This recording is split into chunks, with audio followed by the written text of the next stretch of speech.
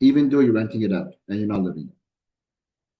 So the good thing about this is it gives you options to rent, go out, rent a place, see a place, and then if you see the site doesn't work out, you can go back to your rental property again, and it will not affect your status on your principal residence at all. But I think this is very important to consider is that you can't claim another property as your principal residence when you do this because you're already telling the government this is my principal residence. And excuse me, late filings are up to the discretion of the CRA to accept. So if you don't file it on time, they may not accept it. Whereas if you file on time, they have to accept it. Then we have the second condition, which is changing rental property in a principal residence. So going from rental property to a principal residence.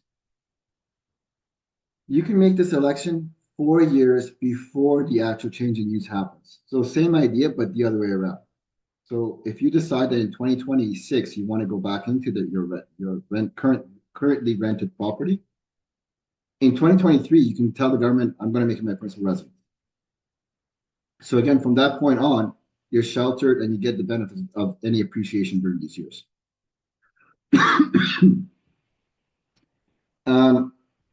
The election allows you so the other part with this second election is that it allows you to defer the capital gains. So if you recall, I said when you have a change in use from rental to principal, there's a deemed disposition, and that you have to pay capital gains tax on it. If you don't make this election, you would have to pay it at that point in time when you make that change in use.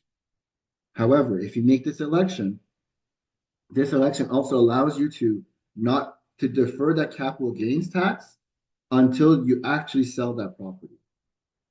So it's very important to make sure that you work someone that knows these rules very well because it has very heavy implications on your property. Now, some general notes about these.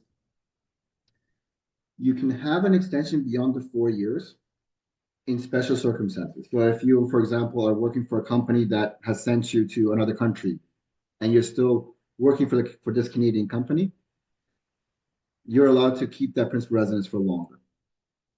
And when in all these elections, you have to be a Canadian resident. Even like during when you're making the election and after as well. You have to be Canadian resident throughout the whole time. And finally, you can't claim